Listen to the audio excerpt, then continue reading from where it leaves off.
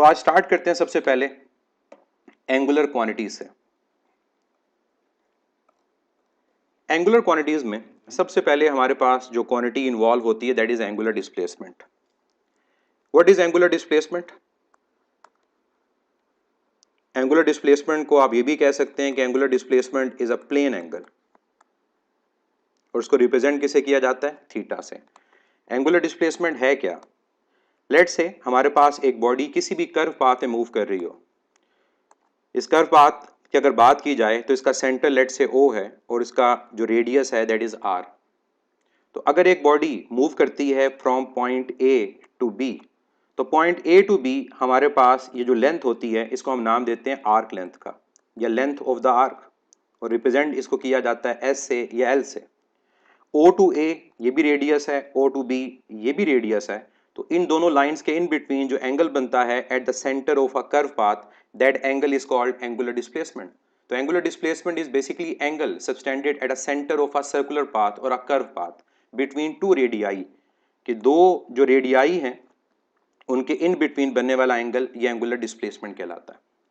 Angular displacement को अगर हमने कैलकुलेट करना हो तो इसका रिलेशन क्या है? Angular displacement is the ratio between arc length and the radius of a curve path,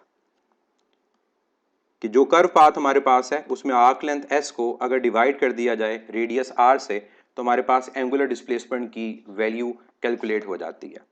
इससे रिलेटेड जो सबसे सिंपल क्वेश्चन है वो हम डिस्कस कर चुके हैं यूनिट 1 के अंदर, कि हमारे पास मिनट हैंड, सेकंड हैंड या और हैंड का अगर एंगल हमें कैलकुलेट करना हो तो कैसे करते हैं।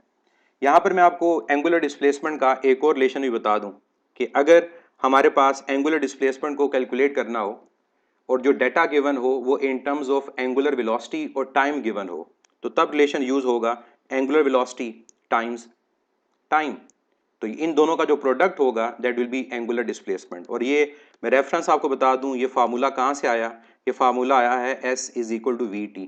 तो डिस्प्लेसमेंट का जो एनालॉग है वो एंगुलर डिस्प्लेसमेंट है और वेलोसिटी का एनालॉग एंगुलर वेलोसिटी है। तो अगर कोई आपको क्वेश्चन आए जहां पर ये डेटा ओमेगा टी की फॉर्म में हो तो तब भी आप थीटा को कैलकुलेट कर सकते हैं। क्लियर है यहाँ तक? अब यहाँ पर आपके पास एंगुलर डिस्प्लेसमेंट के यूनिट की बात हम कर लेते हैं कि एंगुलर डिस्प्लेसमेंट का यूनिट क्या है, इसकी डायरेक्शन क्या है।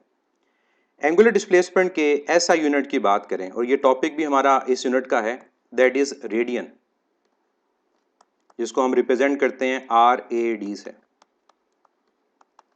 और रेडियन के अलावा अगर हम अदर यूनिट्स की बात करते हैं तो अदर यूनिट्स के अंदर हमारे पास डिग्री भी इसका यूनिट है, डिग्री के अलावा रेवोल्यूशन भी, रेवोल्यूशन के अलावा साइकिल भी, और इवन मैथमेटिक्स में आप लोग मिनट और सेकंड ये भी यूज़ करते हो और ये भी यूनिट हमारे पास एंगल के यूज़ होते हैं। मैं अगर आपको रेफरेंस दूं कि आपकी बुक में ये कहाँ पर है, तो चैप्टर नंबर 5 के अंदर ही जब आइंस्टाइन थ्योरी ऑफ ग्रेविटेशन की बात करते हैं तो जो लाइट के बेंड होने का एंगल है अगर आप उसके यूनिट को देखो तो वो सेकंड में मेंशन है। तो मींस एंगुलर डिस्प्लेसमेंट का यूनिट मिनट भी होता है और सेकंड भी होता है। अब स्पेसिफिकली अगर हम रेडियन की कन्वर्जन को देखते हैं, क्योंकि कन्वर्जन से रिलेटेड इस यूनिट में क्वेश्चन आ सकते हैं, तो कन्वर्जन बड़ी सिंपल सी है कि 1 रेडियन इज इक्वल टू, तो 1 रेडियन किसके इक्वल है? That is equal to 180 over pi degree, जिसको हम सॉल्व करके क्या लिखते हैं? 57.3 डिग्री। इसके रिवर्स कन्वर्जन भी आपको याद रखनी है कि 1 डिग्री किसके इक्वल है? तो 1 degree is equal to pi over 180 radian, और ये किसके इक्वल है? 0.0174 रेडियन। इसके अलावा अगर हम 1 साइकिल की बात करें या 1 रेवोल्यूशन की बात करें या फिर हम 1 कंप्लीट रोटेशन की बात करें तो ये किसके इक्वल होगा? That will be equal to 2 pi radian, या फिर ये 360 डिग्री के इक्वल होगा। और इसकी कन्वर्जन बिल्कुल वैसी ही है जैसे हम टाइम के अंदर मिनट और सेकंड की कन्वर्जन को कर रहे होते हैं, कि हमारे पास जैसे हम कहते हैं कि हमारे पास 1 मिनट में 60 सेकंड्स हैं, उसी तरह की इसकी भी कन्वर्जन होती है कि 1 minute is equal to 1 over 60 degree, और अगर 1 सेकंड की बात की जाए तो 1 ओवर 3600 डिग्री होता है। मैं इसको मेंशन भी यहाँ पर कर देता हूँ। जो आप चीज़ मेरा ख्याल है पूछना चाह रहे हैं कि मिनट और सेकंड के साथ और क्या वर्ड यूज़ होता है, तो वो बेसिकली ये वर्ड यूज़ हो रहा होता है, आर्क ऑफ मिनट या फिर आर्क ऑफ सेकंड। लेकिन अगर आर्क का वर्ड यूज ना भी हो तो तब भी हमारे पास ये एंगल के लिए यूनिट यूज हो सकते हैं। और इसकी एग्जांपल मैं आपको दे चुका हूँ चैप्टर नंबर 5 के अंदर ही। आइंस्टाइन थ्योरी के अंदर ये मेंशन है कि हमारे पास जो लाइट डेविएट हुई थी वो किस एंगल पे हुई थी। और इसकी कन्वर्जन अगर आप याद रखना चाहें तो हमारे पास मिनट के लिए सिंबल ये यूज होता है, और 1 मिनट किसके इक्वल है, that is equal to 1/60 degree. और इसी तरह जो सेकंड है उसका जो सिंबल हमारे पास यूज होता है वो ये है, और 1 second is equal to 1/60 into 60, 1/3600 degree. तो ये अगर आप कन्वर्जन याद रखना चाहें तो रख सकते हैं, लेकिन ये एक्स्ट्रा इन्फॉर्मेशन है। पार सेकंड हमारे पास यहाँ पर यूज नहीं होता, आर्क ऑफ सेकंड यूज होता है या फिर आर्क ऑफ मिनट यूज होता है। जो पार सेकंड हमारे पास है वो यूनिट होता है लेंथ का, पार सेकंड एंगल का यूनिट नहीं है। तो इसमें आप कंफ्यूज ना होइएगा कि पार सेकंड हमारे पास एंगल का यूनिट है, parsec is a unit of length. और पार सेकंड की वैल्यू हमारे पास जो होती है that is approximately 31 trillion kilometre. तो पार सेकंड एंगल का यूनिट नहीं है, एंगल का जो यूनिट हमारे पास है that is arc of minute, और आर्क ऑफ मिनट के अलावा आर्क ऑफ सेकंड, इसको सिंपल मिनट और सेकंड भी लिखा जा सकता है। अब एक स्टूडेंट ने बात की कि हम एंगल की बात कर ले, वो मैं क्वेश्चन करवाऊंगा अभी कि वो क्वेश्चन क्या है। नेक्स्ट हम बात कर लेते हैं एंगुलर डिस्प्लेसमेंट की नेचर के हवाले से कि एंगुलर डिस्प्लेसमेंट की नेचर क्या है। अगर हम एंगुलर डिस्प्लेसमेंट की नेचर की बात करें तो आपकी बुक में बड़ा क्लियरली मेंशन किया हुआ है कि स्केलर एंड वेक्टर दोनों की। इसको वेक्टर कब लिया जाता है, इसको वेक्टर लिया जाता है for very short interval of time. और इस शॉर्ट इंटरवल ऑफ टाइम को समझने के लिए आप इसको यूं याद रख सकते हैं कि टाइम इतना स्मॉल हो कि हमारे पास उसमें जो आर्क लेंथ है एस वो एक स्ट्रेट लाइन की तरह बिहेव करे। कि लेट्स से अगर एक बॉडी हमारे पास एक सर्कुलर पाथ में मूव कर रही है और ये इसका सेंटर ओ और ये इसका रेडियस आर, तो for very short interval of time तब ये जो एंगल थीटा होता है इसको वेक्टर लिया जाता है, और इस केस में ये जो आर्क लेंथ एस ये एक डिस्प्लेसमेंट वेक्टर की तरह बिहेव करेगा।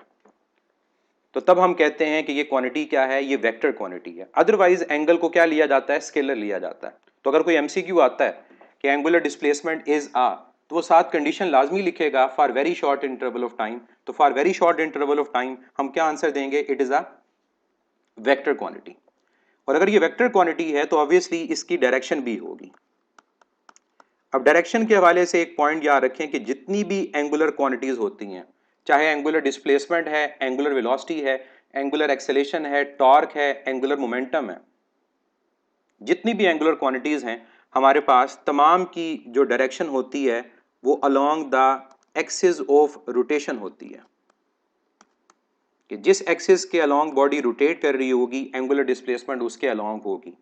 और या फिर आप इसको ये भी कह सकते हैं कि ये परपेंडिकुलर होती है, perpendicular to the plane of rotation. जिस प्लेन में बॉडी रोटेट कर रही होगी ये हमेशा उस प्लेन के परपेंडिकुलर होती है। अब यहां पर डायरेक्शन से रिलेटेड आपको दो कन्वेंशंस को याद रखना है। वो कन्वेंशंस क्या हैं कि हमारे पास या तो बॉडी किसी प्लेन के अंदर रोटेट कर रही होगी एंटी क्लॉकवाइज डायरेक्शन में, या फिर किसी प्लेन के अंदर बॉडी रोटेट कर रही होगी क्लॉकवाइज डायरेक्शन में। अब दो ये कन्वेंशंस आप लोगों ने याद रखनी है। अगर किसी प्लेन के अंदर के लेट से हमारे पास ये एक प्लेन है, एक्स वाई प्लेन इसको बोल दें, वाई जी प्लेन बोल दें, इस प्लेन में अगर बॉडी रोटेट कर रही है क्लॉकवाइज या एंटी क्लॉकवाइज, तो एंगुलर डिस्प्लेसमेंट की डायरेक्शन क्या होती है। अगर बॉडी एंटी क्लॉकवाइज डायरेक्शन में रोटेट करेगी तो हमारे पास एंगुलर डिस्प्लेसमेंट अपवर्ड होता है। और ये किस रूल से आप फाइंड करते हैं, ये डायरेक्शन आप राइट हैंड रूल से फाइंड कर सकते हैं, राइट हैंड रूल। और राइट हैंड रूल क्या कहता है कि जिस डायरेक्शन में बॉडी रोटेट कर रही है उस डायरेक्शन में आपके राइट हैंड की फिंगर्स को रोटेट करवा दें। मतलब रोटेशन ऑफ फिंगर्स जो होंगी वो डायरेक्शन ऑफ रोटेशन के अलोंग होंगी। थंब आपका जो होगा वो इंडिकेट करेगा एंगुलर क्वांटिटी की डायरेक्शन को। तो इस केस में जब फिंगर्स को हम एंटी क्लॉकवाइज रोटेट करें तो थंब कहाँ है, अपवर्ड। तो अगर बॉडी एंटी क्लॉकवाइज रोटेट करे एंगुलर डिस्प्लेसमेंट अपवर्ड होती है और इसको पॉजिटिव लिया जाता है, तभी आपका जो एंटी क्लॉकवाइज एंगल है वो पॉजिटिव कंसीडर होता है। और अगर हमारे पास किसी प्लेन में बॉडी रोटेट करे किस डायरेक्शन में, क्लॉकवाइज, तो क्लॉकवाइज डायरेक्शन में अगर आपके पास रोटेशन ऑफ फिंगर्स हो तो हमारा जो थंब आएगा वो कहाँ पर आएगा, वो इनवर्ट टू द प्लेन आएगा। और इस केस में हम थीटा को क्या लेते हैं, नेगेटिव। तभी ये कन्वेंशन हम यूज कर रहे होते हैं हर जगह कि जहां पर भी हमारा एंटी क्लॉकवाइज एंगल होगा वो पॉजिटिव होगा, और जब आप क्लॉकवाइज एंगल लेते हो वो क्या लेते हो, नेगेटिव। रीजन थीटा की डायरेक्शन है। इस थीटा की डायरेक्शन को समझने के लिए आपको मैं एक सिंपल सा और रूल भी बताता हूं जो आप लोग अपनी डेली लाइफ के अंदर यूज करते हैं। कई दफा मैं भी भूल जाता हूं कि अगर मैंने स्क्रू को टाइट करना है तो क्या क्लॉकवाइज घुमाना है या एंटी क्लॉकवाइज घुमाना है। क्लॉकवाइज सिंपल है, आप क्या करोगे, अपनी फिंगर्स को क्लॉकवाइज घुमाओगे। जब आप अपनी फिंगर्स को क्लॉकवाइज घुमाओगे तो ऑटोमेटिकली जो थंब आ रहा होगा वो डाउनवर्ड आ रहा होगा। आप किसी पेपर के ऊपर अपने हाथ को रखो और एक दफा फिंगर्स को क्लॉकवाइज घुमाओ और एक दफा एंटी क्लॉकवाइज घुमाओ, तो एंटी क्लॉकवाइज में थंब अपवर्ड आएगा, और जब फिंगर्स को क्लॉकवाइज करोगे आपका हाथ ऑटोमेटिकली रोटेट करना पड़ेगा आपको, तो थंब कहाँ आएगा, इनवर्ट टू द प्लेन आ रहा होगा। इस चीज को आप यूं भी कह सकते हो कि अगर मैं एक प्लेन के ऊपर डॉट लगाता हूं तो ये अपवर्ड को रिप्रेजेंट करेगा, और अगर मैं एक प्लेन के ऊपर क्रॉस को लगाता हूं तो ये किसको रिप्रेजेंट करेगा, इनवर्ट टू द प्लेन को रिप्रेजेंट कर रहा होगा। अब इस एंगुलर डिस्प्लेसमेंट की डायरेक्शन को फाइंड करने के लिए स्क्रू रूल भी यूज होता है, और स्क्रू रूल बड़ा सिंपल है। इससे आपको आइडिया हो जाएगा कि एंगुलर डिस्प्लेसमेंट की डायरेक्शन क्या है। कन्वेंशनली जब किसी स्क्रू की बात की जाती है तो अगर मैं आपसे पूछता हूं कि एक स्क्रू को टाइट करना है, तो स्क्रू को टाइट करने के लिए क्या आप स्क्रू ड्राइवर को क्लॉकवाइज घुमाओगे या एंटी क्लॉकवाइज घुमाओगे, और अगर एक स्क्रू को अनटाइट करना है तब आप किस डायरेक्शन में घुमाओगे। पहला केस, एक स्क्रू को टाइट करना चाह रहे हैं तो क्या स्क्रू ड्राइवर हमारा क्लॉकवाइज घूमेगा या एंटी क्लॉकवाइज, और अगर हम उसको अनटाइट करना चाह रहे हैं तो तब किस डायरेक्शन में घूमेगा।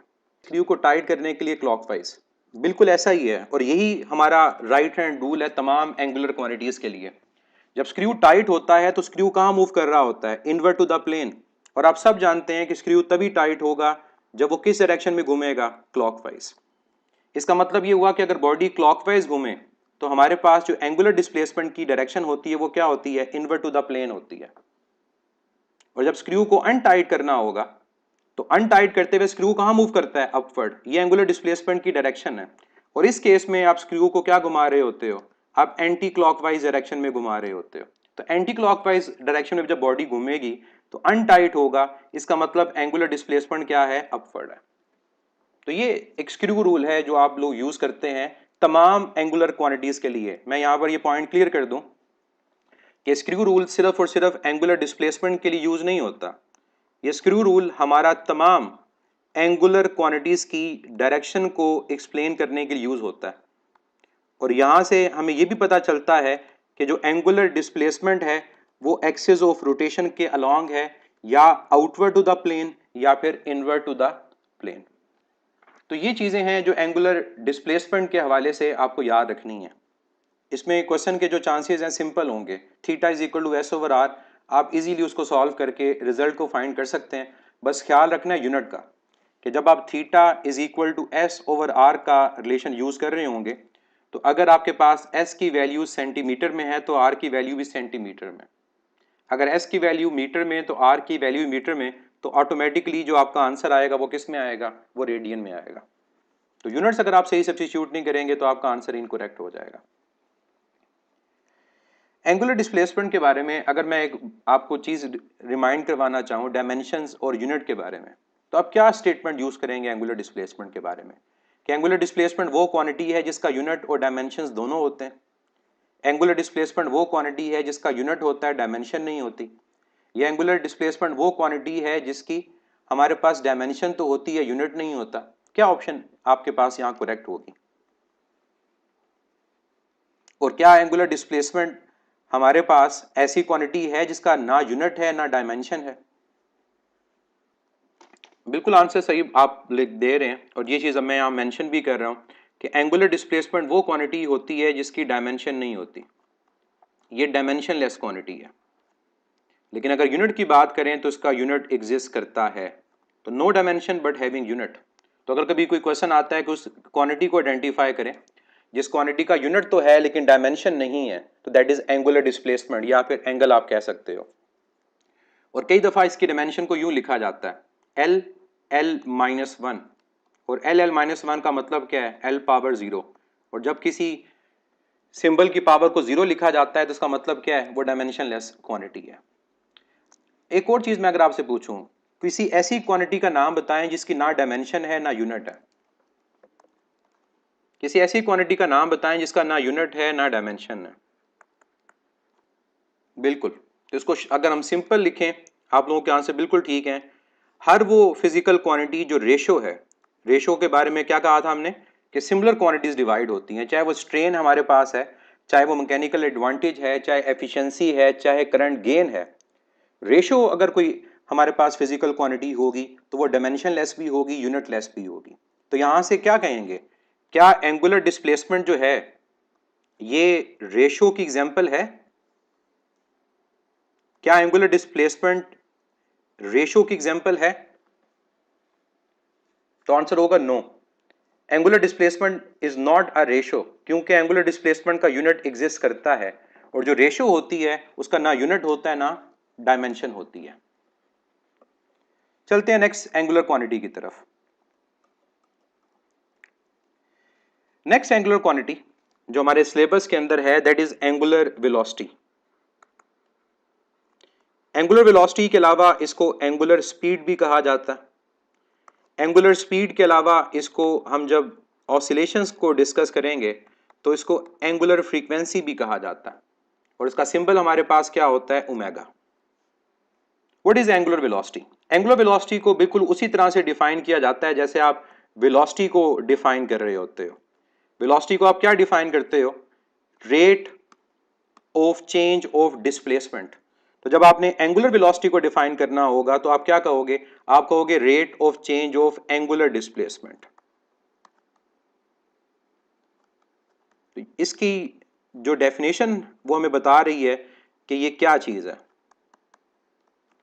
कि अगर एक बॉडी एक सर्कल में मूव कर रही हो और जो उसका एंगुलर डिस्प्लेसमेंट है वो टाइम डेल्टा टी में चेंज हो रहा हो, कि बॉडी लेट से ए टू बी मूव करती है, तो टाइम डेल्टा टी के अंदर एंगुलर डिस्प्लेसमेंट का चेंज डेल्टा थीटा है, तो यहां पर क्या एग्जिस्ट करेगी, एंगुलर वेलोसिटी। और कैसे इसको कैलकुलेट किया जाता है, delta theta over delta t. और जैसे हम कहते हैं कि हमारे पास velocity is along the direction of displacement,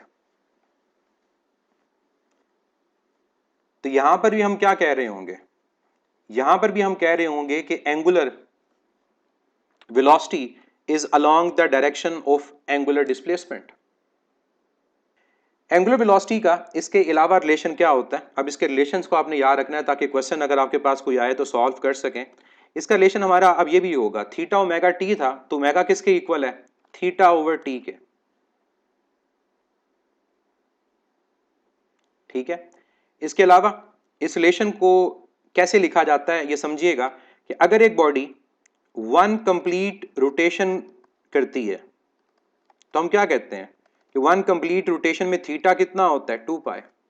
और वन रोटेशन कंप्लीट करने के लिए जो टाइम होगा वो किसके इक्वल होगा, time period, time complete to one rotation. तो कई दफा आप इस फार्मूला को जो मैं लिख रहा हूं थीटा ओवर टी, इसको आप यूं देखते हो 2 पाई ओवर टाइम पीरियड। तो याद रखिएगा ये फार्मूला अगर कहीं भी लिखा हो तो ये वन कंप्लीट साइकिल के लिए होता है, या वन कंप्लीट रोटेशन के लिए होता है, या वन कंप्लीट वाइब्रेशन के लिए होता है। और यहां पर रेसिप्रोकल ऑफ टाइम पीरियड क्या होता है, फ्रीक्वेंसी होता है। तो 2 पाई एफ भी इसकी जगह लिख सकते हैं।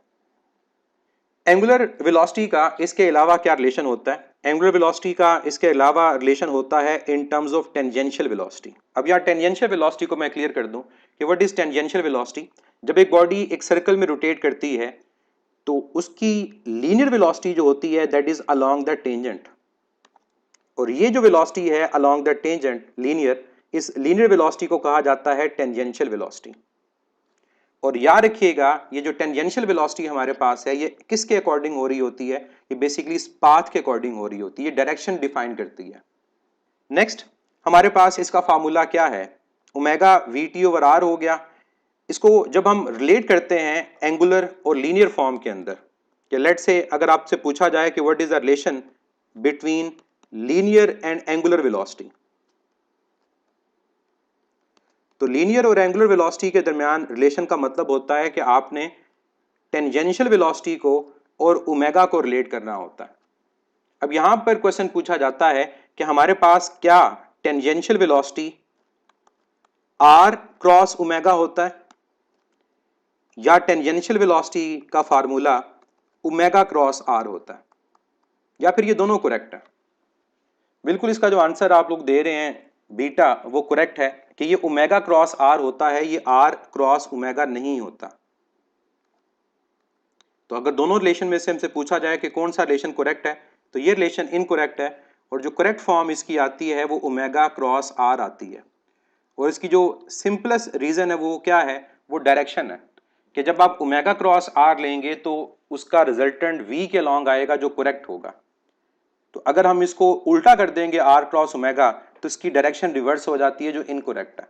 इसको हम आगे डायरेक्शन की जब बात करेंगे तो तब हम इसकी बात करते हैं कि किस तरह से ये आता है।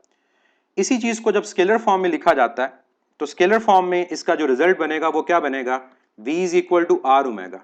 और चाहे इसको आर ओमेगा लिख दिया जाए और चाहे इसको ओमेगा आर लिख दिया जाए, इसमें कोई फर्क नहीं है। क्यों? क्योंकि ये सिर्फ किसकी बात हो रही है, ये मैग्नीट्यूड की बात हो रही है, तो मैग्नीट्यूड में इसमें मसला नहीं होता। नेचर वाइज हमें पता है कि जो एंगुलर वेलोसिटी है वो क्या है, that is a vector quantity, वो वेक्टर क्वांटिटी है। अब अगर ये वेक्टर क्वांटिटी है तो इसकी डायरेक्शन भी फिक्स होगी। तो इसकी डायरेक्शन को अगर देखा जाए तो इसकी डायरेक्शन क्या है, along the axis of rotation, जो बात मैं पहले भी कर चुका हूं कि जितनी भी एंगुलर क्वांटिटीज होती हैं उनकी direction along the axis of rotation होती है। बिल्कुल ज़िया खलील लिख सकते हैं कि अगर आप इस रिलेशन को लिखना चाहें कि किस फॉर्म में ये करेक्ट लिखा जाएगा, तो अगर ये r क्रॉस ओमेगा है तो फिर लेफ्ट साइड पे नेगेटिव साइन अगर आ जाएगा तो फिर ये करेक्ट है। तो नेगेटिव साइन का होना जरूरी है। अब इसकी डायरेक्शन को देखें और अगर आप इसकी डायरेक्शन को समझ लेंगे तो ये आपको समझ आ जाएगा कि ओमेगा क्रॉस r कैसे करेक्ट है। इसके लिए मैं चाहूंगा कि आप लोग, अगर आपके पास नोट पैड है तो नोट पैड के ऊपर आप लोग इन वेक्टर्स को ड्रॉ करें। कि फर्ज करें एक प्लेन में जो बॉडी रोटेट कर रही है उसकी डायरेक्शन क्या है, एंटी क्लॉकवाइज। अब आप लोग जानते हैं कि जब एक बॉडी एंटी क्लॉकवाइज रोटेट करेगी तो राइट हैंड रूल के अकॉर्डिंग एंगुलर डिस्प्लेसमेंट और एंगुलर वेलोसिटी की डायरेक्शन क्या होगी। राइट हैंड रूल के मुताबिक एंगुलर डिस्प्लेसमेंट और अगर हम एंगुलर वेलोसिटी की डायरेक्शन की बात करें तो इन दोनों की डायरेक्शन प्लेन के परपेंडिकुलर होगी और आउटवर्ड होगी। मतलब एंटी क्लॉकवाइज के अंदर ओमेगा और थीटा दोनों इस डायरेक्शन में होते हैं। दूसरा वेक्टर मैं जो यहां पर एज्यूम करूंगा वो पोजीशन वेक्टर करूंगा कि अगर ये पार्टिकल मेरे पास है जिसका मैस m है तो इस पार्टिकल का जो पोजीशन वेक्टर है वो ये है और इस पोजीशन वेक्टर को हम नाम दे देते हैं r का। अब मुझे एक जवाब दीजिएगा कि जब ये पार्टिकल जो इस पॉइंट लेट से a के ऊपर है और ये बॉडी रोटेट कर रही है एंटी क्लॉकवाइज डायरेक्शन में, तो क्या पॉइंट a पर टेंजेंशियल वेलोसिटी मैं दो ड्रॉ कर रहा हूं, क्या टेंजेंशियल वेलोसिटी को इस पिंक वेक्टर से रिप्रेजेंट करेंगे या टेंजेंशियल वेलोसिटी को इस पॉइंट के ऊपर इस वाइट वेक्टर से रिप्रेजेंट करेंगे? बड़ा सिंपल सा मेरा सवाल आप लोगों से है कि जब पार्टिकल पॉइंट ए के ऊपर है और बॉडी रोटेट कर रही है एंटी क्लॉकवाइज डायरेक्शन में, तो क्या पॉइंट ए के ऊपर पिंक वेक्टर टेंजेंशियल वेलोसिटी को रिप्रेजेंट करेगा या वाइट वेक्टर टेंजेंशियल वेलोसिटी को रिप्रेजेंट करेगा? बिल्कुल आप लोगों का आंसर ठीक है, पिंक वेक्टर रिप्रेजेंट करेगा। अब यही बात जो ऊपर मैंने मेंशन की r क्रॉस ओमेगा और ओमेगा क्रॉस r से आप देखें कि हम दोनों डायरेक्शंस को ठीक नहीं मान सकते। अब आप लोग नेक्स्ट काम क्या करें, अब नेक्स्ट आप लोग काम ये करें कि इस डायग्राम के अकॉर्डिंग राइट हैंड रूल को अप्लाई करें। और राइट हैंड रूल को अप्लाई कैसे करना है, जो हमने टॉर्क में भी देखा, आप अपने राइट हैंड को रखेंगे ओमेगा पर और राइट हैंड को ओमेगा पे रखकर आर की तरफ कर्ल करें। तो खुद देखें जब आप राइट हैंड को आर पे रखकर ओमेगा पे रखकर आर की तरफ कर्ल करेंगे तो क्या आपका थंब टेंजेंशियल वेलोसिटी जो पिंक वेक्टर है उसकी तरफ आ रहा है।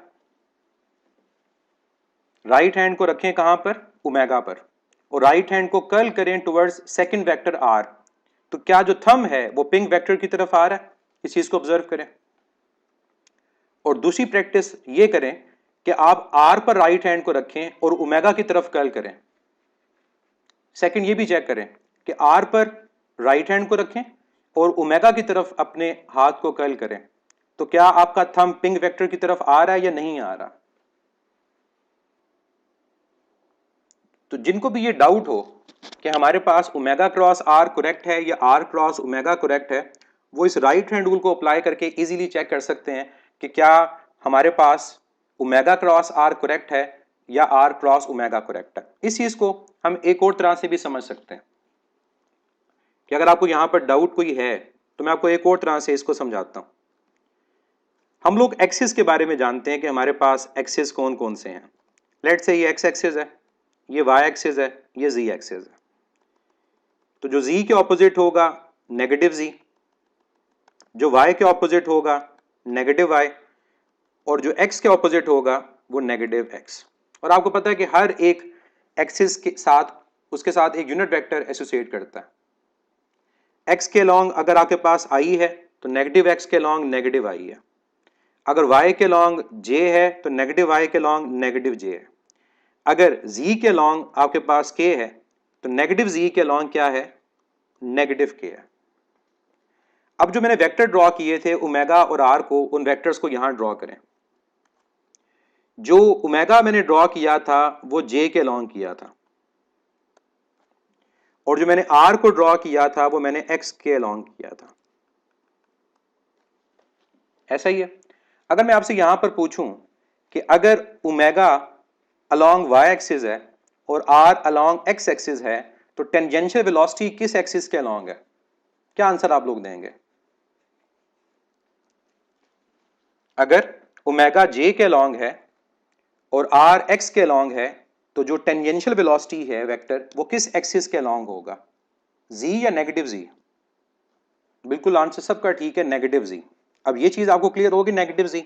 अब जरा रूल के अकॉर्डिंग देखिएगा, आप लोगों को ये रूल याद है, आई जे के। अगर आई क्रॉस जे होगा तो आई क्रॉस जे किसके इक्वल आएगा, आई क्रॉस जे जो नेक्स्ट यूनिट वेक्टर है के इक्वल आएगा। अगर जे क्रॉस के होगा तो नेक्स्ट वेक्टर कौन है, आई, उसके इक्वल आएगा। और अगर के क्रॉस आई होगा तो वो किसके लॉन्ग होगा, जे के। और हमने साथ ही एक बात और की थी कि अगर ये रिवर्स हो जाते हैं, रिवर्स होने का मतलब क्या है, रिवर्स होने का मतलब ये है कि अगर जे क्रॉस आई होगा तो ये नेगेटिव के होगा। अगर आई मैंने इसमें कोई गलती की, जे क्रॉस के, सॉरी यहां के आएगा।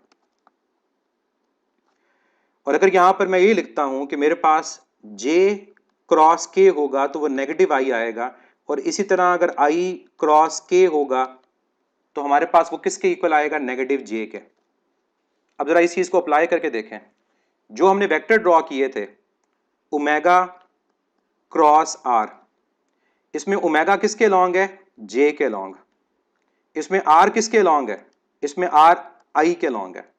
तो जब आप जे क्रॉस आई लोगे तो इस रूल के अकॉर्डिंग आपका आंसर क्या आएगा, जे क्रॉस आई का आंसर आएगा माइनस के।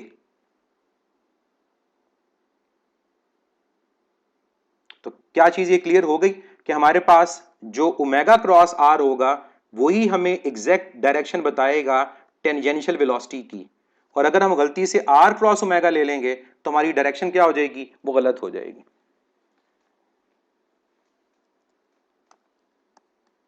बिल्कुल, ये मैं इसको रिवर्स कर देता हूं, के क्रॉस जे।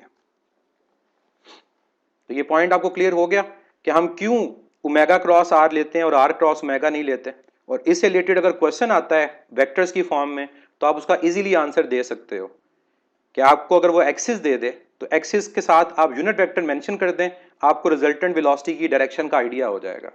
सिंपल सा मैंने आपको रूल बताया है कि अगर आपके पास जो ओमेगा है वो किसके लॉन्ग हो, वो जे के लॉन्ग हो, और जो आर है वो आपके पास आई के लॉन्ग हो, तो आपने क्रॉस प्रोडक्ट लेना है किसका, ओमेगा क्रॉस आर।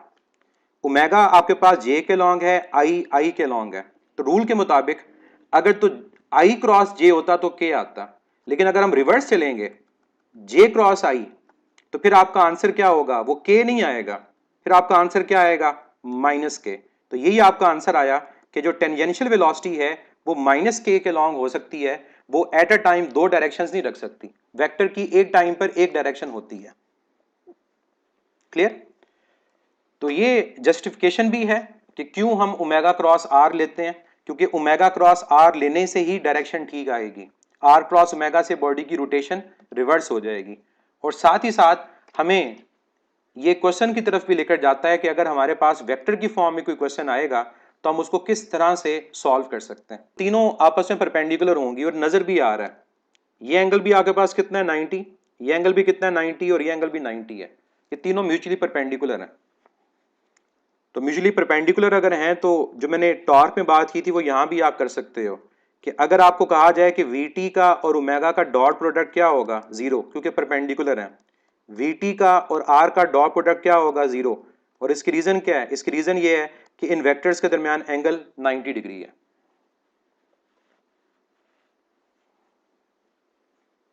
चलें नेक्स्ट एंगुलर वेलोसिटी के हवाले से बात करते हैं कि जो एंगुलर वेलोसिटी है इसका यूनिट क्या होता है।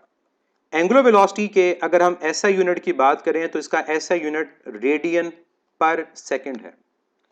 लेकिन कहीं पर भी आपसे ये पूछा जाए कि एंगुलर वेलोसिटी का कमर्शियल यूनिट क्या है, तो एंगुलर वेलोसिटी का कमर्शियल यूनिट आरपीएम होता है। And what is RPM? RPM means revolution per minute.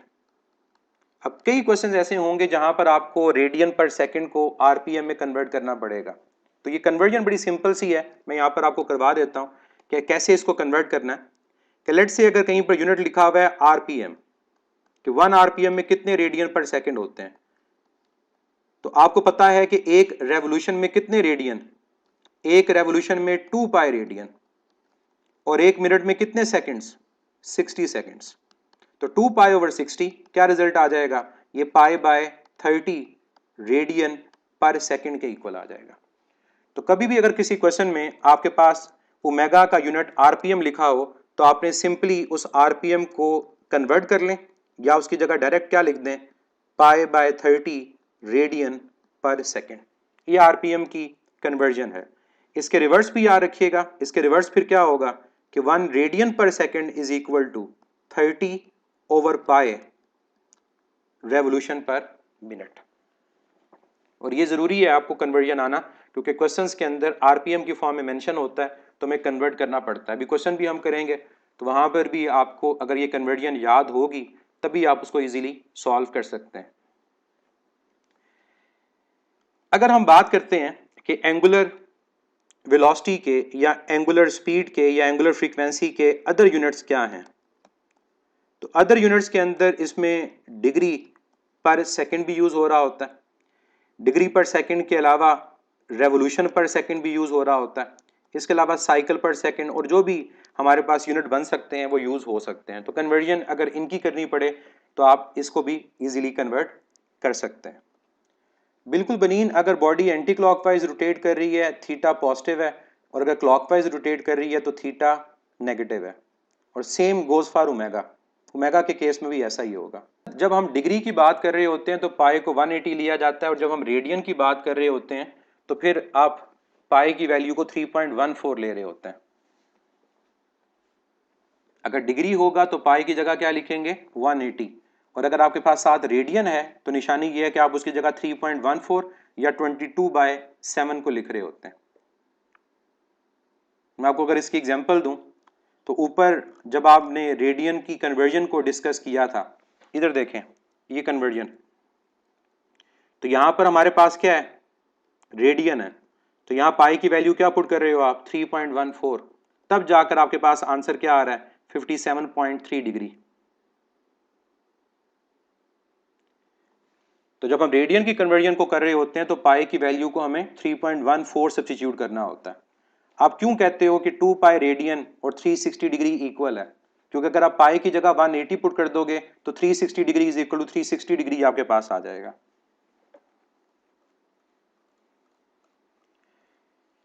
Angular acceleration की बात करने से पहले एक क्वेश्चन आपसे पूछूंगा मैं, उसके बाद फिर हम एंगुलर एक्सेलरेशन की तरफ चलेंगे। बल्कि एक दो क्वेश्चन और भी देखते हैं इससे रिलेटेड, क्योंकि एंगुलर वेलोसिटी के अंदर मिनट हैंड, और हैंड, सेकंड हैंड, अरसलान मैं इसकी बात कर दूंगा एंड में। ये जो आप पूछ रहे हो मुझे याद है इसका। क्वेश्चन मेरे पास ये है कि एक बॉडी रोटेट कर रही है एक सर्कुलर पाथ में और उसकी जो एंगुलर स्पीड है दैट इज 3000 आरपीएम। फाइंड ये करें कि 1 सेकंड के अंदर उसकी नंबर ऑफ रोटेशंस कितनी है। सिंपल सा क्वेश्चन है। एक बॉडी रोटेट कर रही है, उसकी एंगुलर वेलोसिटी 3000 आरपीएम है, तो 1 सेकंड के अंदर उसकी नंबर ऑफ रोटेशंस या नंबर ऑफ रेवोल्यूशंस कितनी है। और अगर सेम क्वेश्चन आपसे ये पूछा जाए कि एंगुलर डिस्प्लेसमेंट को फाइंड करें और आपका आंसर रेडियन में हो, तब आंसर क्या आएगा। दोनों सॉल्व करें कि दोनों का आंसर क्या आएगा, नंबर ऑफ रोटेशंस कितनी है और आपके पास थीटा की वैल्यू कितनी है। 50 आप लोग आंसर दे रहे हैं। चलिए इसको चेक करते हैं कि आपका आंसर करेक्ट है या नहीं है। अब कौन सा यहाँ पर रिलेशन यूज होगा, यहाँ यूज होगा theta is equal to omega t. अब ओमेगा हमारे पास क्या है 3000 रेवोल्यूशन पर मिनट। कन्वर्ट कैसे करना था, एक रेवोल्यूशन में 2 पाई रेडियन और एक मिनट में 60 सेकेंड्स। टाइम कितना है 1।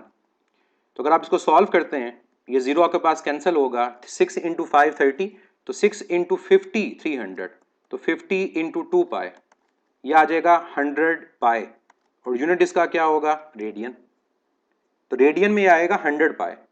अब मुझे चाहिए किसमें रेवोल्यूशंस या रोटेशंस चाहिए। तो सिंपल कन्वर्जन याद रखें कि हमारे पास जो एक रेवोल्यूशन है या एक रोटेशन है वो 2 पाई रेडियन के इक्वल है। तो अगर मुझे 1 रेडियन को लिखना है तो 1 रेडियन किसके इक्वल आएगा 1/2 पाई रेवोल्यूशन के। दैट मीन्स इस रेडियन की जगह मैं 1/2 पाई रिप्लेस कर दूंगा।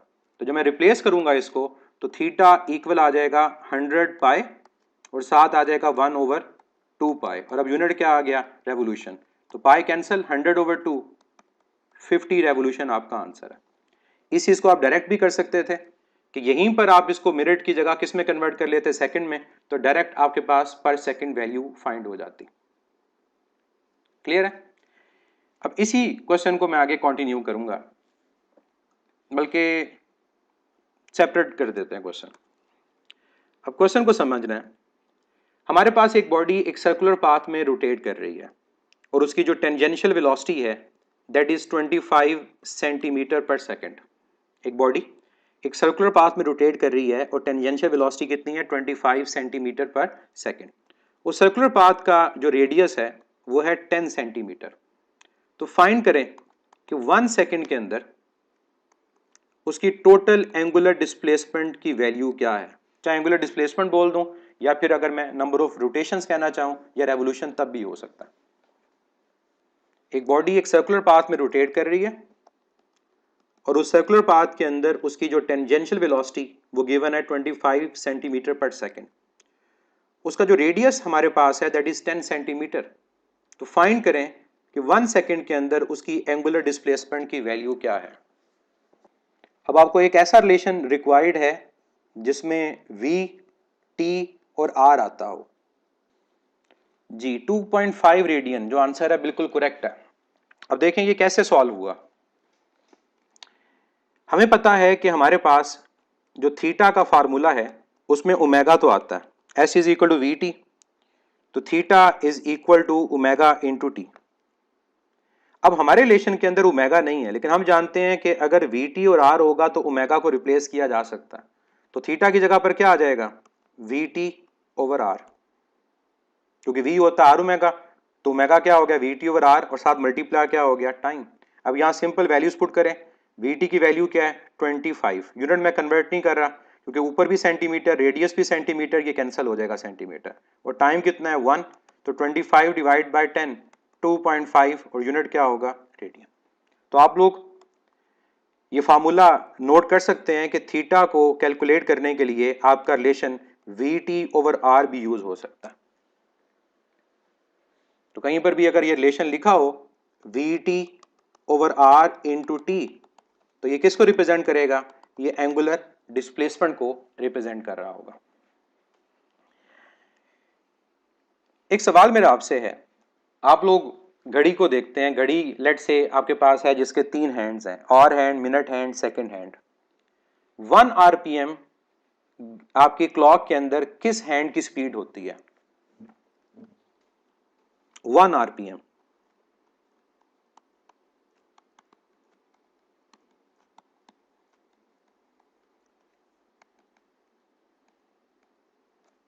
मिनट हैंड की, सेकंड हैंड की, और हैंड की, या किसी की भी नहीं होती? बिल्कुल आंसर करेक्ट है। 1 आरपीएम जो स्पीड हमारे पास होती है घड़ी में, वो सेकंड हैंड की होती है। क्योंकि अगर आप घड़ी के अंदर सेकंड हैंड को देखें तो सेकंड हैंड अपनी एक पूरी रेवोल्यूशन या पूरी रोटेशन कितने मिनट में कवर करती है? 1 मिनट में। इसका मतलब ये हुआ कि सेकंड हैंड की जो स्पीड है that is 1 RPM, 1 revolution per minute. मैं रिपीट कर रहा हूं कि हमारी घड़ी में जो सेकंड हैंड होती है वो अपनी 1 कंप्लीट रोटेशन या रेवोल्यूशन कितने टाइम में कवर करती है? इन 1 मिनट या 60 सेकेंड। इस वजह से उसकी जो स्पीड होगी वो कितनी होगी?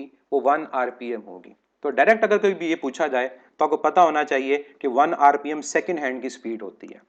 तो अब हम नेक्स्ट क्या करेंगे, हम घड़ी के अंदर जो 3 हमारे पास हैंड्स हैं, हम उनकी एंगुलर स्पीड को देखेंगे कि कैसे कैलकुलेट करना है। अब क्लॉक के अंदर सेकंड हैंड है, इसकी स्पीड क्या है? आरपीएम में और रेडियन पर सेकंड में। इसी तरह से मिनट हैंड, इसकी स्पीड क्या है? और थर्ड हमारे पास क्या है? और हैंड, इसकी स्पीड क्या होती है? स्टार्ट करते हैं सेकंड हैंड से। फार्मूला सबका सेम है। अगर आपको फार्मूला समझ आ जाता है कि हमारा फार्मूला क्या है जिससे हमने एंगुलर स्पीड को फाइंड करना है, आप इजीली इस क्वेश्चन को सॉल्व कर सकते हो। और मैं आपको ये कहूंगा कि अगर क्लॉक के अंदर सेकंड हैंड, मिनट हैंड या और हैंड की स्पीड को फाइंड करना है तो जो बेस्ट फार्मूला क्लॉक के अंदर एंगुलर स्पीड को फाइंड करने का है वो ये है, 2 पाई ओवर टाइम पीरियड। ये आपको आंसर देगा किस में? रेडियन पर सेकंड में। और अगर आप 2 पाई को रिप्लेस कर दोगे रेवोल्यूशन से तो ये आपको आंसर देगा रेवोल्यूशन पर सेकंड के अंदर। अब देखते हैं कि इस फार्मूला को यूज कैसे करना है। सेकंड हैंड से स्टार्ट करते हैं। अगर मैं सेकंड हैंड की बात करूं तो आप सब लोग जानते हैं कि हमारी घड़ी में जो सेकंड हैंड होता है वो अपनी 1 रेवोल्यूशन या 1 रोटेशन कितने टाइम में कंप्लीट करता है? मतलब जो उसका एंगल है वो 1 रेवोल्यूशन है, तो 1 रेवोल्यूशन वो कितने टाइम में कंप्लीट करेगा? आप इसका आंसर देंगे 60 सेकंड्स में या 1 मिनट में। ऐसा ही है। इसी तरह से अगर मैं आपसे ये पूछता हूं कि हमारे पास मिनट हैंड है, तो मिनट हैंड अपनी एक रेवोल्यूशन कितने टाइम में कंप्लीट करता है? क्या आंसर आप देंगे? अब और हैंड सेकंड हैंड नहीं है, मिनट हैंड है। अगर मिनट हैंड के अंदर 1 रेवोल्यूशन है तो वो 1 रेवोल्यूशन, जिसको आप 2 पाई रेडियन भी कह सकते हो, वो कितने टाइम में कवर करेगा? तो आंसर ठीक है, 1 आवर। और क्या मैं 1 आवर की जगह लिख सकता हूं 60 मिनट्स में? क्योंकि जब तक 60 मिनट्स नहीं हमारे पास होंगे, जो मिनट हैंड है वो अपनी एक रोटेशन मुकम्मल नहीं करता। तो यहां से ये तो आपको आइडिया हो गया कि सेकंड हैंड और मिनट हैंड की स्पीड सेम नहीं होती। सेकंड हैंड रोटेशन कंप्लीट करता है 60 सेकंड्स में और मिनट हैंड रोटेशन कंप्लीट करता है 60 मिनट्स में। अब आ जाए और हैंड की तरफ। सेम चीज अगर हमसे और हैंड के बारे में पूछी जाए कि जो और हैंड है वो अपनी एक रेवोल्यूशन या एक रोटेशन, जिसको 2 पाई रेडियन बोल सकते हो, कितने टाइम में कंप्लीट करेगा? क्या आंसर देंगे इसका? और हैंड अगर फर्ज करें 12 के ऊपर है तो वो दोबारा 12 पे कब आती है? 12 घंटों के बाद। तो ये 12 आवर्स आपके पास आएगा और फर्दर इसको आप मल्टीप्लाई कर दें तो वो आ जाता है, वो बात की बात है। ये बेसिक चीज है जो आपको पता होनी चाहिए तीनों के अंदर। अगर आपको ये तीनों चीजें पता हैं, तीनों के लिए आप इजीली इनकी एंगुलर स्पीड को फाइंड कर सकते हैं। अब क्या मैं ये कह सकता हूँ कि जो सेकंड हैंड है उसका जो टाइम पीरियड है वो बेसिकली 60 सेकंड है, ये वाला? क्या मैं ऐसे कह सकता हूँ कि मिनट हैंड का जो टाइम पीरियड है वो 60 मिनट है, क्योंकि वन रोटेशन का टाइम है। और इसी तरह जो और हैंड है उसका टाइम कितना है, वो 12 आवर है, जो उसका टोटल टाइम था। अब आगे कुछ भी नहीं है, आपने करना क्या है, इस एंगुलर स्पीड के फार्मूला में टाइम को रिप्लेस करते जाना है, तीनों की एंगुलर स्पीड फाइंड हो जाएगी। अब तीनों की एंगुलर स्पीड देखें, सबसे पहले सेकंड हैंड से स्टार्ट करते हैं। फार्मूला था 2 pi over time period, minute hand में भी ऐसा ही लिख दो 2 पाई ओवर टाइम पीरियड, और आवर हैंड में भी ऐसा ही लिख दो 2 पाई ओवर टाइम पीरियड। अब बस सिर्फ टाइम रिप्लेस करना है, यहाँ टाइम पीरियड सेकंड हैंड का, यहाँ टाइम पीरियड मिनट हैंड का, और यहाँ टाइम पीरियड आवर हैंड का। तीनों के आंसर आ जाएंगे, ऊपर 2 पाई ही रहेगा, यहाँ पर आ जाएगा 60 सेकंड, यहाँ पर आ जाएगा 60 मिनट, और यहाँ पर क्या आपके पास आ जाएगा, यहाँ पर आ जाएगा 12 आवर। तीनों के आंसर आ गए। अब आंसर देखें क्या है, इसका आंसर आपके पास आया pi by 30 radian per second. इसका आंसर क्या आया, पाई बाय 30 लेकिन रेडियन पर मिनट। और इसका आंसर क्या आया, pi by 6 radian per hour. अब सेकंड में कन्वर्ट कर लें जिसको करना चाह रहे हैं। इसको अगर आप सेकंड में कन्वर्ट करना चाह रहे हैं तो एक मिनट में कितने सेकंड होते हैं, 60। तो यहाँ 60 मल्टीप्लाई कर दें, ये रेडियन पर सेकंड में आंसर आ जाएगा। और इसी तरह से आप इसको कन्वर्ट करना चाह रहे हैं तो 1 आवर में कितने सेकंड होते हैं, 3600। तो 3600 से मल्टीप्लाई कर दें, ये रेडियन पर सेकंड में फाइंड हो जाएगा। तो अगर आपको मिनट हैंड, सेकंड हैंड और आवर हैंड का टाइम पीरियड पता है, आप उनकी एंगुलर स्पीड को इजीली कैलकुलेट कर सकते हैं। ये आपके सामने कैलकुलेशन है, सिर्फ टाइम पीरियड की गेम है। टाइम पीरियड पता चल गया, आपका आंसर आ गया। अब आप इनको मल्टीप्लाई कर लें, आपको आंसर पता चल जाएगा कि आंसर क्या आएगा। जब मैं यहाँ पर मल्टीप्लाई करूंगा तो ये तो सिंपल है, ये आ जाएगा पाई ओवर 1800 रेडियन पर सेकेंड। और इसी तरह से जब 3600 को हम 6 से मल्टीप्लाई करेंगे तो और हैंड उसकी भी स्पीड आ जाएगी, और वो आएगी पाई ओवर 21600। और साथ यूनिट क्या आएगा आपके पास, रेडियन पर सेकेंड। अब ये आपको तीनों हैंड्स की एंगुलर स्पीड पता चल गई, और ये एंगुलर स्पीड आपके पास किस यूनिट के अंदर है, ये रेडियन पर सेकेंड में है। अब जल्दी से एक काम करें, इन तीनों की स्पीड को आरपीएम में कैलकुलेट करके बताएं क्या आएगी।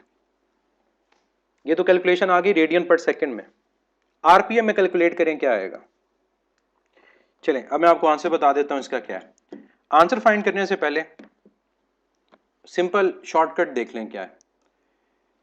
कि ये फार्मूला तो मैंने ये लिखा था कि जब आपने रेडियन पर सेकंड में करना है, इसी तरह से अगर आपने एंगुलर स्पीड को कैलकुलेट करना है आरपीएम में तो आप क्या करेंगे, आप यहां पर ऊपर ले लेंगे थीटा की जगह नंबर ऑफ रेवोल्यूशंस, और ऑब्वियसली हम किसकी बात कर रहे हैं, 1 रेवोल्यूशन की। और नीचे 1 रेवोल्यूशन के साथ 1 रेवोल्यूशन का टाइम ले लें, किस में, मिनट में। तो ऑटोमेटिकली आपका जो आंसर आएगा वो किस में आएगा, वो आरपीएम में आ जाएगा। मैं रिपीट कर रहा हूं, क्या आपका जो एंगल है वो 1 रेवोल्यूशन सबके लिए ले लें, और नीचे टाइम को मिनट में सब्स्टिट्यूट करना शुरू कर दें। अब देखते हैं तीनों का आंसर क्या आता है। सेकंड हैंड, अगर हम बात कर रहे हैं 1 रेवोल्यूशन की, तो सेकंड हैंड 1 रेवोल्यूशन कितने मिनट में कवर करता है, 1 मिनट में। तो ये इसका आंसर आ गया 1 आरपीएम। मिनट हैंड की बात करते हैं, मिनट हैंड अपनी एक रेवोल्यूशन कितने मिनट में कवर करता है, 60 मिनट्स में। तो आपके पास आंसर आ गया 1/60 आरपीएम। और इसी तरह से अगर और हैंड की बात करें तो और हैंड अपनी 1 रेवोल्यूशन कितने मिनट्स में कवर करता है, 12 आवर्स में। तो मिनट्स के लिए 60 से मल्टीप्लाई कर देंगे। क्लियर, तो ये आपके पास ऑटोमेटिकली किस में आ जाएगा, मिनट में। तो वैल्यू क्या आ जाएगी, 1/720 आरपीएम। तो ये तीनों वैल्यूज आपने देख ली कि किस तरह से कैलकुलेट होती हैं मिनट हैंड, और हैंड और सेकंड हैंड के लिए। तो इससे रिलेटेड भी कोई क्वेश्चन अगर आपके पास आता है सेकंड हैंड, मिनट हैंड और आवर हैंड, तो आप उसको इजीली कैलकुलेट कर सकते हैं। एंगुलर वेलोसिटी के बाद अब हम बात करेंगे एंगुलर एक्सेलेरेशन की। एंगुलर एक्सेलेरेशन ये आपका रोटेशनल एनालॉग है लीनियर एक्सेलेरेशन का। इसको रिप्रेजेंट किया जाता है किसे? अल्फा से।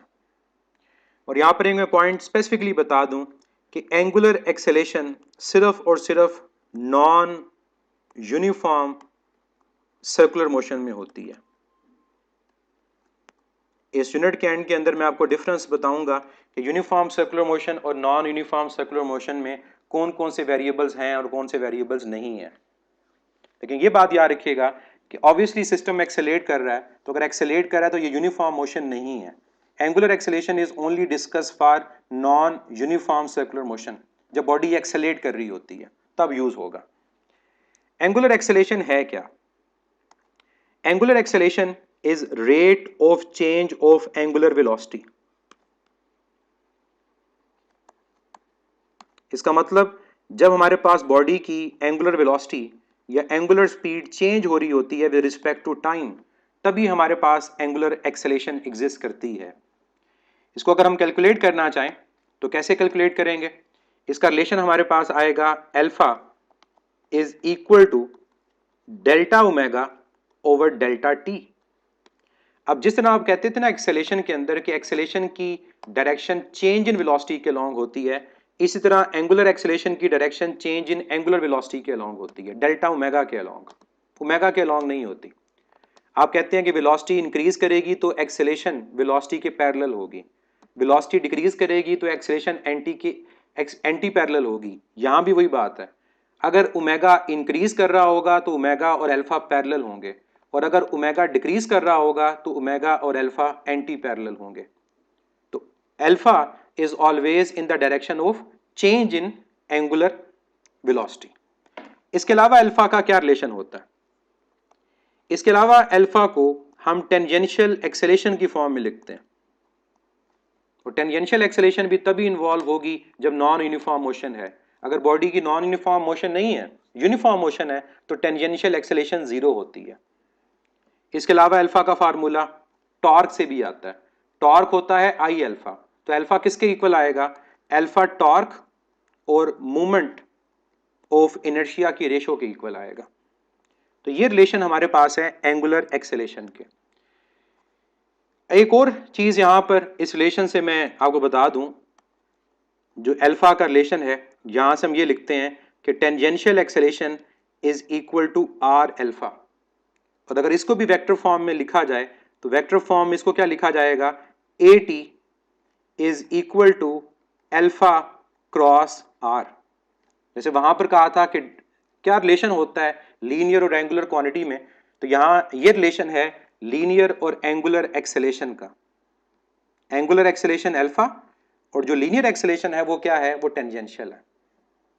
कश्यप दोबारा सोचें जो आप पूछ रहे हैं, स्क्वायर नहीं आएगा। ऊपर ए टी है, नीचे आर है, ए टी मीटर पर सेकंड स्क्वायर, तो कैसे आप कह रहे हैं कि वो आएगा?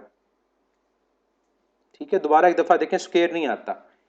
स्क्वायर आता है सेंट्रीपिटल एक्सेलेरेशन के फार्मूला में, मैं यहां लिख देता हूं। वो सेंट्रीपिटल एक्सेलेरेशन का फार्मूला होता है जहां पर आर ओमेगा स्क्वायर होता है।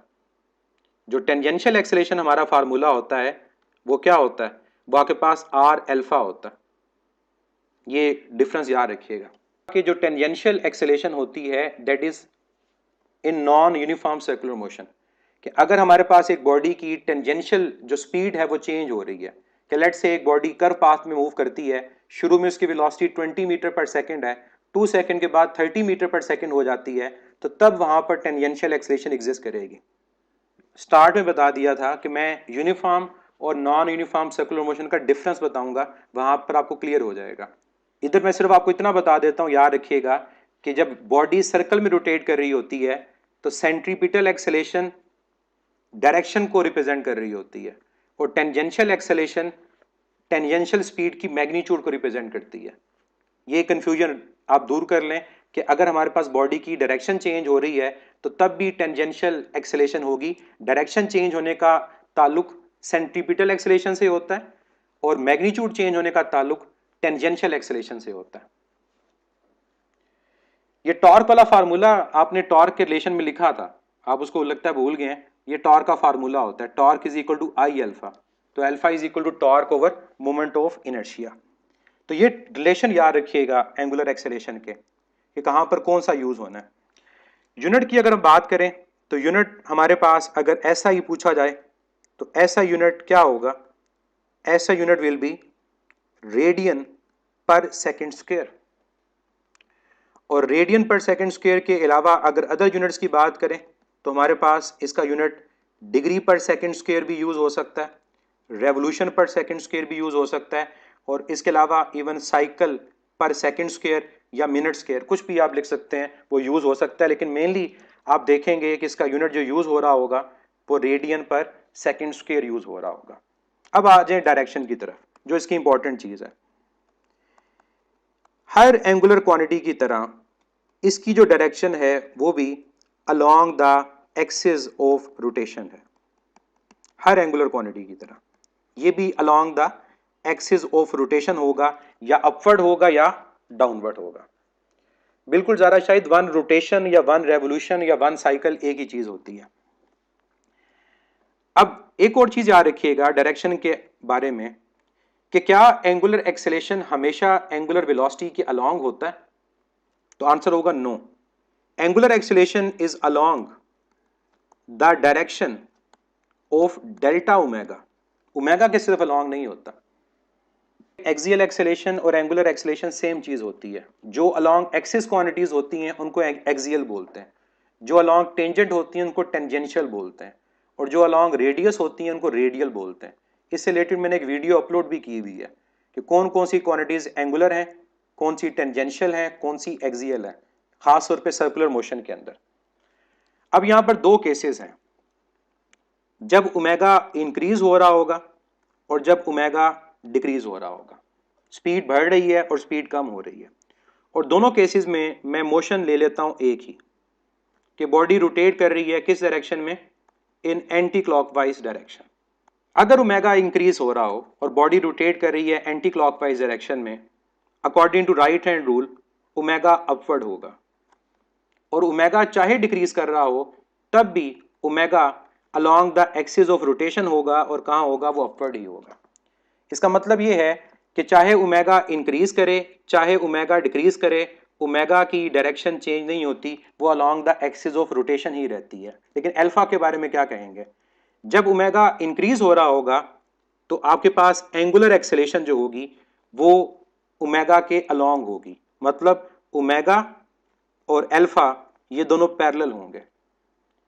आप ये भी कह सकते हैं कि एंटी क्लॉकवाइज डायरेक्शन में अगर बॉडी रोटेट कर रही है और ओमेगा आपका इंक्रीज कर रहा है तो ओमेगा की डायरेक्शन भी अपवर्ड है और आपके पास अल्फा की डायरेक्शन भी अपवर्ड है।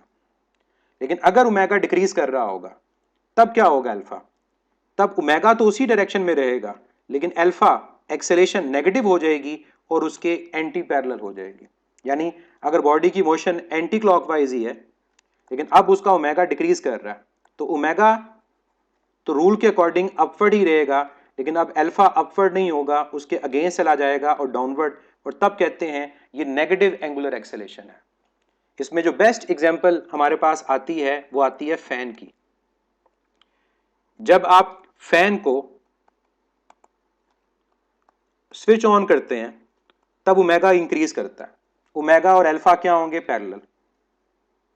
और अगर आप इलेक्ट्रिक फैन को, मैं स्पेसिफिकली सीलिंग फैन की लेट से बात कर रहा हूं, उसको स्विच ऑफ कर दें तो तब हमारे पास ओमेगा और अल्फा क्या होंगे, वो एंटी पैरेलल होंगे।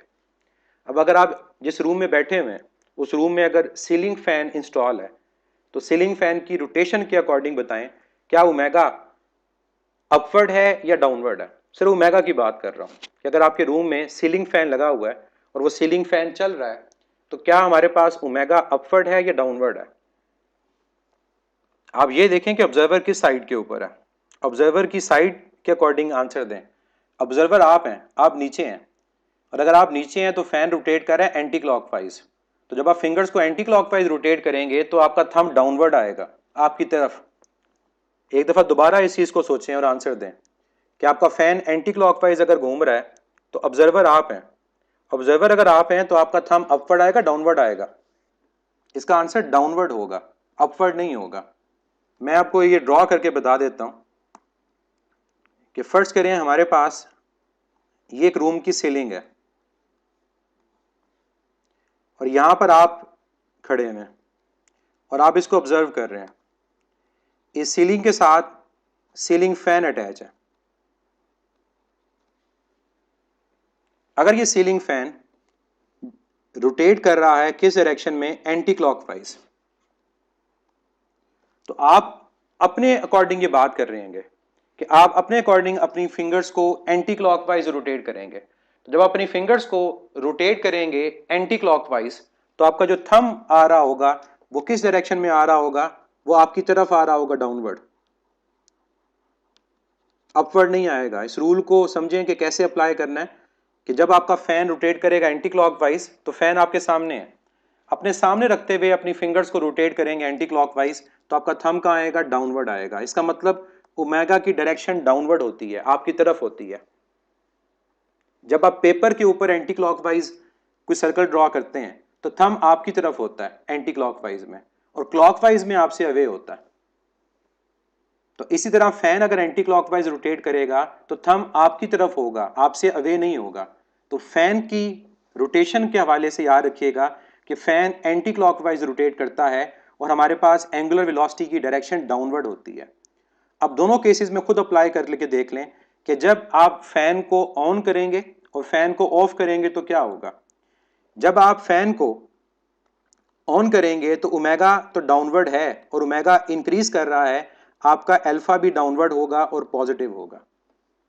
और जब आप फैन को ऑफ करेंगे तो आपके पास ओमेगा तो डाउनवर्ड रहेगा लेकिन अब वो डिक्रीज करेगा, स्पीड कम हो रही है।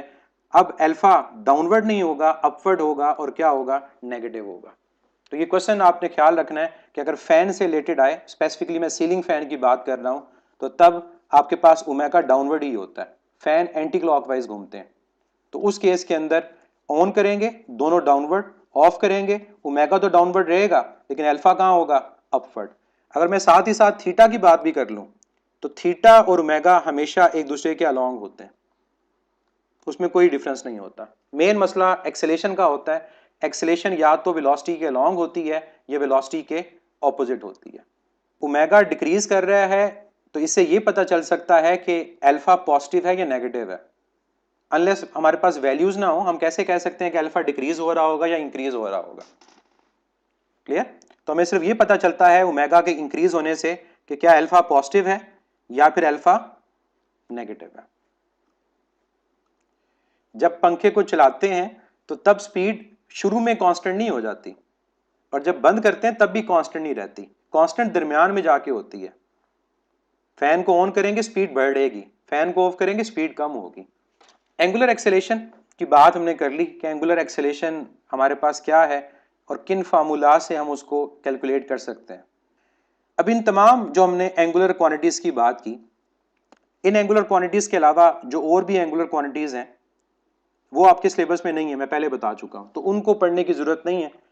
अब हम बात करते हैं आज के लास्ट टॉपिक की, इक्वेशंस ऑफ एंगुलर मोशन। उसके बाद उसके क्वेश्चंस करेंगे और कल हम बात करेंगे centripetal force, centripetal acceleration, horizontal circular motion और वर्टिकल सर्कुलर मोशन की। Equations of angular motion.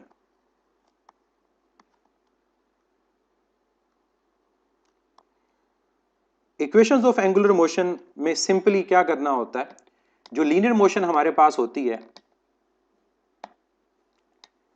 उसमें डिस्प्लेसमेंट यूज होती है, तो एंगुलर मोशन में डिस्प्लेसमेंट को रिप्लेस कर देता है एंगुलर डिस्प्लेसमेंट।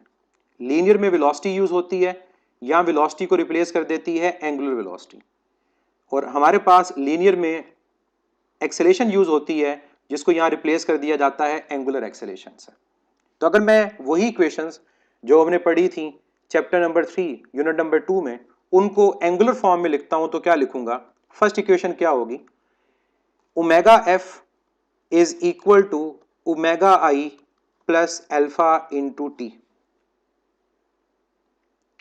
अगर मैं सेकेंड इक्वेशन को लिखूं तो क्या लिखूंगा, theta is equal to omega I T plus half time alpha T square. और इस सेकंड से रिलेटेड मैं आपको एक कंडीशन बता दूं कि जितनी भी रोटेटिंग बॉडीज हैं शुरू में उनकी स्पीड कांस्टेंट नहीं हो जाती, वो हमेशा अपनी रोटेशन को रेस्ट से स्टार्ट करती हैं। जब अपनी रोटेशन को रेस्ट से स्टार्ट करेंगी तो हमारे पास ओमेगा आई की वैल्यू क्या होगी 0। तो उस केस में हमारी इक्वेशन क्या बन जाएगी, theta is equal to half time alpha T square. आपकी बुक में एक सॉल्व एग्जांपल है जो इस फार्मूला से सॉल्व होती है। ये उसी तरह से है जैसे एक बॉडी को एक हाइट से ड्रॉप किया जाए तो वहां पर वी आई 0 होता है। तो यहां पर भी हर रोटेटिंग बॉडी रेस्ट से स्टार्ट होती है, ओमेगा आई 0, तो थीटा क्या होगा, half alpha T square. Next third equation, 2 alpha theta is equal to omega F square minus omega I square. और यहां पर भी अगर मैं ये कंडीशन अप्लाई कर दूं जो रेस्ट पोजीशन वाली है, ओमेगा आई को मैं 0 पुट करूं, तो हमारे पास क्या चीज हो जाएगा इस इक्वेशन में चेंज होकर ये आएगा 2 alpha theta is equal to omega F square. अब इन दोनों फार्मूलाज की इंपॉर्टेंस को देखें कि ये जो फार्मूला मैंने लिखा, ये formula independent of final velocity है, और जो नीचे मैंने फार्मूला लिखा ये फार्मूला इंडिपेंडेंट ऑफ टाइम है। तो डाटा जो गिवन होगा उससे आपको पता चलेगा कि आपने कौन सा रिलेशन यूज करना है। और लास्ट जिसको हम फोर्थ इक्वेशन बोलते हैं, S is equal to we T, उसको अगर यहां पर लिखा जाए तो लिखा जाएगा theta is equal to omega, और ये एवरेज होता है इनटू टाइम। और इवन कई दफा हमें ये फार्मूला अप्लाई करना पड़ेगा, omega I plus omega F divide by 2 into t. तो ये हमारे रिलेशंस हैं जिनको हम इक्वेशंस ऑफ एंगुलर मोशन का नाम देते हैं। इनको यूज करना आना चाहिए। क्वेश्चन डिस्कस करते हैं इससे रिलेटेड। डाटा आपको बता देगा कि आपने कौन सा रिलेशन यहां पर यूज करना है। क्वेश्चन ये है कि a wheel starts from rest and rotates with uniform acceleration of 2 radian per second square। क्या फाइंड करें, find the number of rotations it perform in 10 second. अब मुश्किल नहीं है, आपको याद है कि हमने जब यूनिट नंबर 2 पढ़ा था तो मैंने distance covered in nth second का शॉर्टकट बताया था। ये भी वही चीज है, आपको यहां पर यह कहा गया कि find the number of rotations in 10th second, in nth second. तो जैसे आपने वहां पर शॉर्टकट यूज किया था, बस आपने क्वांटिटी को रिप्लेस करना है। तो अगर आपसे यह कहा गया है कि नंबर ऑफ रोटेशंस फाइंड करें इन nth सेकेंड, तो शॉर्टकट क्या होगा, वहां Sn था या थीटा n है, वहां Vi था या ओमेगा आई है, वहां पर a/2 था, यहां अल्फा/2 है, और ये 2n-1। तो ये शॉर्टकट आपने याद रखना है कि जब भी आपको nth रोटेशन के अंदर, चाहे बॉडी रेस्ट से स्टार्ट हो या ना हो, नंबर ऑफ रोटेशंस को फाइंड करना हो। तो यहां अगर मैं डाटा में वैल्यू पुट करूं तो मेरे पास ओमेगा आई 0 है, अल्फा कितना है 2, n कितना है 10, ये 2 कैंसिल हो गया, और यहां पर 20-1 क्या आएगा, आपके पास आएगा 19। और यूनिट इसका क्या होगा, अब यूनिट इसका रोटेशन नहीं है, इसका यूनिट होगा 19 रेडियन, क्योंकि हमने जो एंगुलर एक्सेलरेशन का यूनिट यूज किया वो रेडियन था, तो इसका आंसर भी रेडियन में होगा। अब मुझे इसको कन्वर्ट करना है रोटेशंस के अंदर, तो क्या मेथड होगा रोटेशन में कन्वर्ट करने का। अगर रेडियन को रोटेशन में कन्वर्ट करना है तो आप इसको सिंपली डिवाइड कर दोगे 2 पाई से, ये रेवोल्यूशन में या रोटेशन में कन्वर्ट हो जाएगा, क्योंकि हम जानते हैं कि 1 रेवोल्यूशन या 1 रोटेशन 2 पाई रेडियन होता है, और इसी तरह से जो 1 रेडियन होगा वो 1/2 पाई रेवोल्यूशन या रोटेशन के इक्वल होगा। तो 19/2 पाई को सॉल्व करना है। अब यहां पर अब खुद से वैल्यूज को थोड़ा बहुत अज्यूम करोगे कि पाई हमारे पास है 3.14, इसको आप ले लें 3, तो 3 इंटू 2 6, ऊपर 19 को 18 अज्यूम कर लें, तो 18 डिवाइड बाय 6 अप्रोक्सीमेटली आपका आंसर आएगा 3 रेवोल्यूशंस। या 3 रोटेशंस, तो 10th सेकंड में वो 3 रोटेशंस को कंप्लीट करेगा। तो ये शॉर्टकट बेसिक में बताना चाह रहा था कि जैसा आपने distance covered in n second में किया, यहां पर भी वैसा ही शॉर्टकट यूज हो सकता है। सेम क्वेश्चन जो मैंने आपसे पूछा है, इस क्वेश्चन में मैं अगर ये चेंज कर देता, मैं ये कह देता कि find the number of rotations it perform in 10 seconds, मतलब सेम क्वेश्चन, अब मैं उसमें चेंज ये कर देता हूं कि अब आपने उस क्वेश्चन में ये करना है find number of rotations in 10 seconds. अब दोनों में फर्क है, दोबारा इसको देख लें। Number of rotations in N second, इसका शॉर्टकट है, जैसे number of total distance in N second का था, शॉर्टकट क्या है, theta N is equal to omega I plus alpha by 2 into 2n-1। अब बॉडी रेस्ट से स्टार्ट हुई थी, ओमेगा आई की जगह 0 पुट कर दिया, अल्फा कितना था 2, अल्फा की जगह 2 बोल देंगे, n कितना है 10, n की जगह 10 लिख दिया, 2 2 से कैंसिल हो जाएगा, तो 2 इंटू 10 20-1 19 रेडियन आ जाएगा। और फिर रेडियन को रोटेशन या रेवोल्यूशन में कन्वर्ट करने के लिए 2 पाई से डिवाइड कर देंगे, पाई कितना होता है 3.14, तो अप्रॉक्सीमेशन से करने के लिए ऊपर अज्यूम कर लें कि 18 है, तो नीचे 3 इंटू 2 6, 18/6, 3 रेवोल्यूशन आंसर आएगा। अब दूसरा जो क्वेश्चन है कि number of rotations in 10 second, इसके लिए आप इक्वेशन को यूज करोगे, कौन सी, second, theta is equal to omega I T plus half alpha T square. Omega e क्या है 0, अल्फा क्या है 2, टाइम कितना है 10 का स्क्वायर, ये कैंसिल हो जाएगा। अब आपका आंसर आएगा 100 रेडियन, और इसको भी रोटेशन में कन्वर्ट करने के लिए किसे डिवाइड कर देंगे 2 पाई से, तो ये आपके पास आंसर आ जाएगा 50/पाई रेवोल्यूशन या रोटेशन, बिल्कुल अप्रॉक्सीमेटली 16.6 आप कह सकते हैं। तो मैंने दोनों का आपको डिफरेंस बता दिया, और मैं इसको अब लास्ट में कंक्लूड करता हूं कि अगर हमारे पास थीटा का क्वेश्चन आता है, एक दफा वो कहता है कि थीटा कैलकुलेट करें n सेकंड्स में, और एक दफा वो कहता है कि थीटा कैलकुलेट करें nth सेकंड में, ये दोनों चीजें डिफरेंट है। 10th सेकंड और 10 सेकंड्स फर्क है।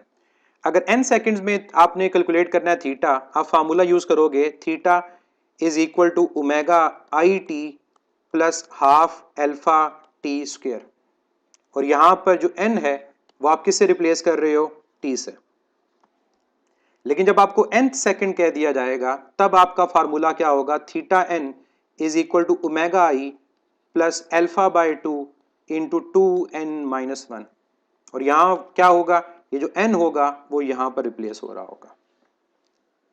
तो ये दोनों क्वेश्चन का मैंने आपको कंपैरिजन दे दिया कि कब आपने कौन सा रिलेशन यूज कर रहे होना है।